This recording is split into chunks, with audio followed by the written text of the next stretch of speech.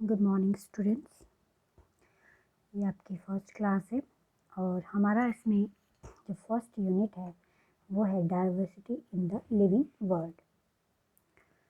इसमें आपको living world यानी जो ये हमें आसपास दिखाई दे रहा है जीवित चीज़ें, उनके बारे में पढ़ना है, उनका क्लासिफिकेशन पढ़ना है, किस प्रकार से हम उनका क्लासिफिकेशन करेंगे। यानी कुल मिला के फर्स्ट यूनिट में आपको प्लांट्स, एनिमल्स और स्मॉल जितने भी क्रिएचर है सबके बारे में आपको यहाँ पे समझाया जाएगा।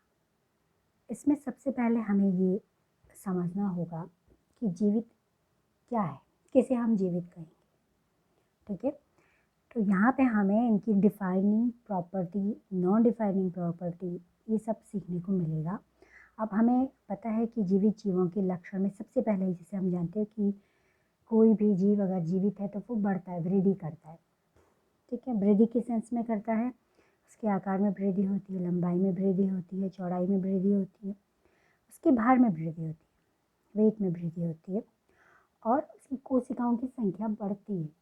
कोशिकाओं की संख्या बढ़ने से ही वृद्धि होती है। ठीक है, ग्रोथ होती है। अब जानते हो जो मैंने आपको क्वेश्चन दिया था कल, एक कोशिकीय बहुकोशिकीय जीव, तो ये छोटी छोटी टर्म्स बेटा आपको बहुत ध्यान में रखनी है। जब तक आप इन बातों को नहीं समझेंगे बायोलॉजी आपकी समझ में नहीं आएगी। तो बहुकोशिकीय जीव में वृद्धि कोशिका विभाजन के द्वारा होती है। ठीक है, बहुकोशिकीय यानी हम हैं, प्लांट्स हैं, तो हम में जो डिवीज़न, सेल डिवीज़न होता है, सेल डिवीज़न मतलब हम सेल से बने हैं, तो एक सेल से दो सेल, दो से चार, इस प्रकार से हमारी वृद्धि होती है। तो प्लांट्स में जो वृद्धि है वो हमेशा जीवन पर्यंत होती है, एनिमल्स में निश्चित उम्र तक होती है। एक कोशिकीय जीवों में वृद्धि कोशिका विभाजन के द्वारा होती है। ठीक है, आपने अमीबा पढ़ा है, अमीबा में क्या होता है? अमीबा में विभाजन के द्वारा ही, जब एक अमीबा से दो अमीबा बनते हैं तो वही उसका रिप्रोडक्शन भी है, जनन भी है, वृद्धि भी है। अमीबा का साइज नहीं बढ़ रहा है, अमीबा में एक कोशिका से दो कोशिका का बनना ही उसकी वृद्धि कहलाता है और वही उसका जनन भी कहलाता है। ठीक है, अब देखिए जो हमारे में वृद्धि होती है वो इंट्रिंसिक वृद्धि है, आंतरिक वृद्धि। इंट्रिंसिक का मतलब है आंतरिक। जीवित जीवों में वृद्धि भीतर से कोशिकाओं के जीव द्रव्य के बढ़ने से होती है। हमारी क्या होता है, पहले जो सेल है, सपोज ये सेल है, सेल में ये केंद्रक होता है, इसका जीव द्रव्य बढ़ता है, इसका साइज बढ़ता है और फिर ये एक से दो सेल में बढ़ती है। तो ये इस प्रकार से हमारे में वृद्धि होती है। ठीक है, लेकिन अब देखिए वृद्धि पहाड़ में भी वृद्धि होती है। कोई माउंटेन है, कोई चट्टान है, उसमें भी धीरे धीरे वृद्धि हो रही है। ठीक है, माउंट एवरेस्ट की ऊंचाई बढ़ गई है, तो क्या वो जीवित है? नहीं, उसमें जो वृद्धि हुई है वो बाहर से हुई है।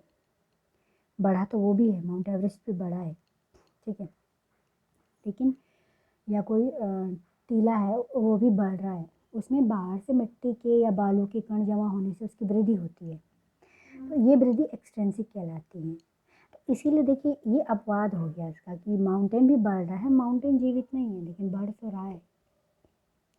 इसलिए वृद्धि को जीवित जीव की डिफाइनिंग प्रॉपर्टी नहीं माना जा सकता। यानी हम एक बिल्कुल डेफिनेशन नहीं देंगे कि कोई जीव जो वृद्धि कर रहा है वो जीवित है। डिफाइनिंग प्रॉपर्टी मतलब उसको एक परिभाषित गुण हम नहीं मानेंगे कि हमने एक परिभाषा दे दी कि जो आकार में वृद्धि कर रहा है वो जीवित है।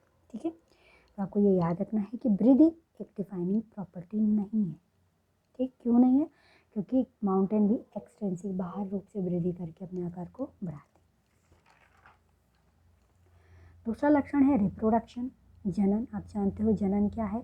अपनी पीढ़ी को बढ़ाना, एक संतान मतलब अपनी संतति उत्पन्न करना ताकि आगे वंश चल सके। तो रिप्रोडक्शन दो प्रकार से होता है, लैंगिक और अलैंगिक। एसेक्सुअल यानी अलैंगिक जनन।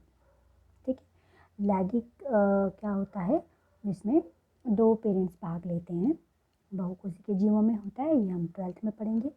एसेक्सुअल क्या होता है? जिसमें एक ही पेरेंट्स भाग लेता है। जैसे आपने देखा होगा, आप आलू लेते हैं, आलू का जो बर्ड आती है उसको काट के लगा दीजिए, नया आलू बन जाएगा, वो एसेक्सुअल रिप्रोडक्शन है। ठीक है, ऐसे ही जो फंगस होते हैं, कवक होते हैं, जैसे आपने मशरूम देखा है, ठीक है।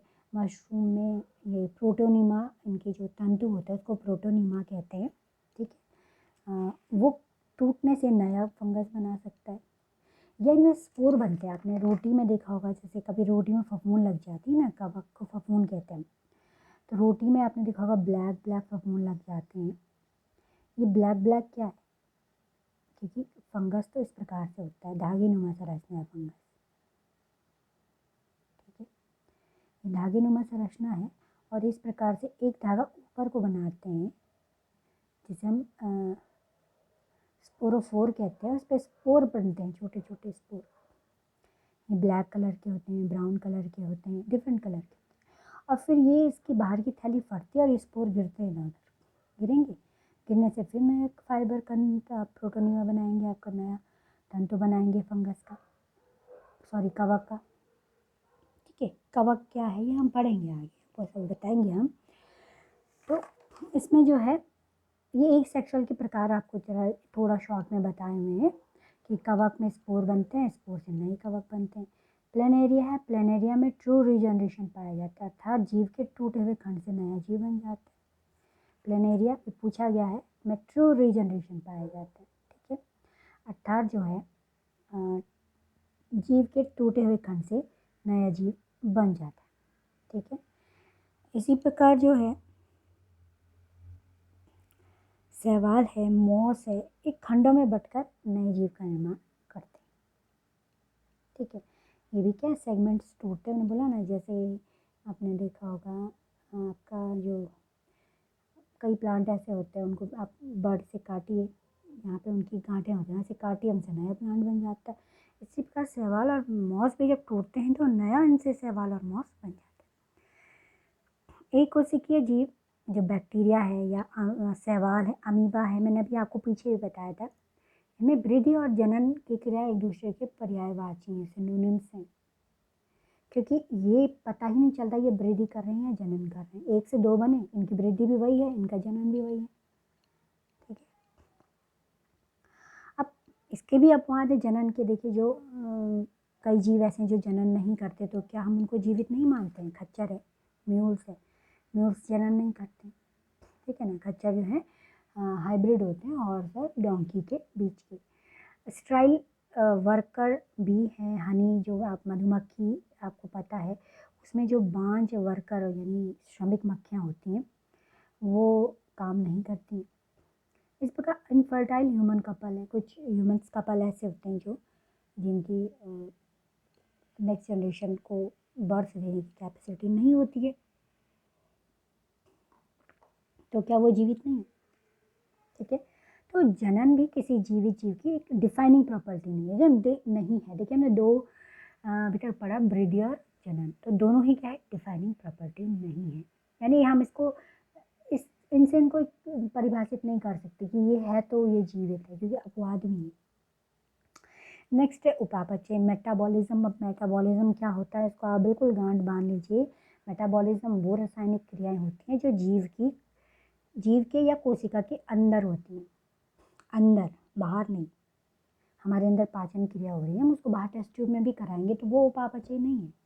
अगर हम हमारे शरीर के अंदर जो डाइजेशन की क्रिया हो रही है उसको हम बाहर टेस्ट ट्यूब में कराते हैं बेटा, तो हम उसको मेटाबॉलिज्म नहीं कहेंगे। मेटाबॉलिज्म क्या है? मेटाबॉलिज्म है हमारे बॉडी के अंदर होने वाले केमिकल रिएक्शन, एक अलग नाम उनको दिया गया है। तो यदि कोशिका के भीतर होने वाली इस क्रिया को कोशिका या जीव के शरीर से बाहर कराते हैं तो यह केवल एक रासायनिक क्रिया है, इसे उपापचय नहीं कहते हैं। तो शरीर से बाहर ना तो ये लिविंग रिएक्शन है और ये ना नॉन लिविंग रिएक्शन, ना तो ये जीवित क्रिया है ना ये अजीवित क्रिया है, ठीक है। और उपापचय सभी में होता है, एक कोशिका से लेके बहुकोशिकीय जीवों में सब में उपापचय होता है। तो यहाँ पे दो चीज़ें मैं आपको बता रहा हूँ एक साथ।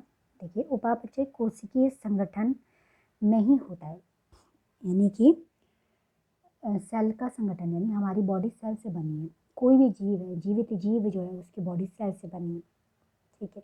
वायरस है, वायरस को हम जीवित अजीवित की कड़ी मानते हैं, क्यों मानते हैं? उसमें प्रॉपर सेल नहीं है। सेल क्या होती है आपने पढ़ा है, और मैं आपसे क्वेश्चन भी पुटअप कर रही हूँ, सेल क्या है? आप मुझे एक सेल बताएंगे, कोशिका होती क्या है, किसको आप कोशिका मानेंगे? आपके लिए क्वेश्चन है, ट्रिकी क्वेश्चन है। क्या होती है कोशिका, ठीक है। तो यहाँ पे आपको दो चीज़ें मैंने एक साथ दी हैं कि उपापचय लिविंग ऑर्गेनिज्म की डिफाइनिंग प्रॉपर्टी है। देखिए ये डिफाइनिंग प्रॉपर्टी, आप कह सकते हो जीवित जीवों में उपापचय होता है, पूरे कॉन्फिडेंस से कह सकते हो, लेकिन उसके साथ एक चीज़ और जोड़नी पड़ेगी आपको कि कोशिकीय संगठन भी लिविंग ऑर्गेनिज्म की डिफाइनिंग प्रॉपर्टी है। कोशिका के अंदर ही उपापचय होता है और कोशिकीय संगठन होना भी जीवित जीवों की प्रॉपर्टी है। आप देखिए प्लांट्स में कोशिकाएं हैं, कवक की आप बात करिए उसमें कोशिका है, आप अमीबा की बात करिए, अमीबा एक कोशिका लेकिन कोशिका है उसके अंदर। तो कोशिकीय संगठन लिविंग ऑर्गेनिज्म की डिफाइनिंग प्रॉपर्टी है। हमारी चार प्रॉपर्टी हो गई, वृद्धि, जनन, उपापचय और कोशिकीय संगठन, ये दोनों डिफाइनिंग प्रॉपर्टी। अगला है संवेदनशीलता, कॉन्शियसनेस। देखो जीवित जो जीव होते हैं वो बाह्य क्रियाओं के प्रति संवेदना ग्रहण कर प्रतिक्रिया देते हैं। हम देते हैं प्रतिक्रिया, देते हैं ना, हमें ठंड गरम सब चीज़ का एहसास होता है, पेड़ पौधे भी देते हैं। हमने देखा होगा सूरजमुखी सूरज की तरफ घूम जाता है, छुई मुई को आप छुएंगे तो वो अपनी लीव्स को सिकोड़ लेता है। तो यानी कि प्लांट्स भी जो है संवेदना के प्रति रिस्पॉन्स देते हैं। नॉन लिविंग जीव ऐसा नहीं करते। क्या पत्थर को पीटोगे उसमें कोई रिस्पॉन्स आएगा? नहीं आएगा। अब देखिए इसको डिफाइनिंग प्रॉपर्टी क्यों कहा गया। अब माना कोई व्यक्ति कोमा में है, कोमा यानी मूर्छित हो गया है, जब आदमी का दिमाग जो है उसकी जो न्यूरॉन्स है वो बाह्य सिग्नल को लेना बंद कर देती है, ठीक है। तो कोमा वाले व्यक्ति के आसपास आप घूमेंगे, उसको पता ही नहीं चलेगा मेरे आसपास कोई घूम रहा है। अब बात करिए उसको कुछ सुनाई नहीं देगा, तो क्या हम उसको डेड मानेंगे? हम क्या कहेंगे, मर गया। हम उसे जीवित क्यों कह रहे हैं? क्योंकि हम उसको जो दवाइयाँ दे रहे हैं वो दवाइयाँ तो उसके सेल के अंदर जाके रिस्पॉन्स कर रही हैं, उसके बॉडी के अंदर एक केमिकल रिस्पॉन्स तो हो रहा है। यद्यपि वो बाहर की संवेदनाओं को नहीं ले रहा है, लेकिन जो दवाइयाँ उसके अंदर रासायनिक क्रियाएं कर रही हैं उनको तो वो ग्रहण कर रहा है। तो संवेदना भी एक डिफाइनिंग प्रॉपर्टी है। तो मैंने आपको यहाँ पे 5 प्रॉपर्टियाँ बता दी, जिसमें से 3 आपकी डिफाइनिंग प्रॉपर्टी, कॉन्शियसनेस, कोशिकीय संगठन, उपापचय, डिफाइनिंग प्रॉपर्टी। आप इसको डेफिनेशन इसको कह सकते हो कि हाँ ये जीवित है, जिनमें ये क्रियाएँ होती हैं। लेकिन आप जनन को और ग्रोथ एक नॉन डिफाइनिंग प्रॉपर्टी हैं, ठीक है, ये होती हैं, लेकिन हम इसको डेफिनेशन में प्रॉपरली नहीं डाल सकते क्योंकि इसकी अपवाद भी है। तो आज मैंने आपको बताया कि किसको हम जीवित कहते हैं, लिविंग वर्ल्ड में जीवित क्या है, ठीक है। और नेक्स्ट मैं आपको बताऊंगी कि इनको कैसे वर्गीकृत करते हैं, ठीक है। उसके बाद ये बड़ा इंटरेस्टिंग टॉपिक है, यहाँ पे आप एनिमल्स पढ़ोगे, प्लांट्स पढ़ोगे, डिफरेंट टाइप के प्लांट्स पढ़ोगे और डायग्राम से पढ़ोगे, ठीक है। तो आप इनको करिए। आज के लिए इतना ही, थैंक यू।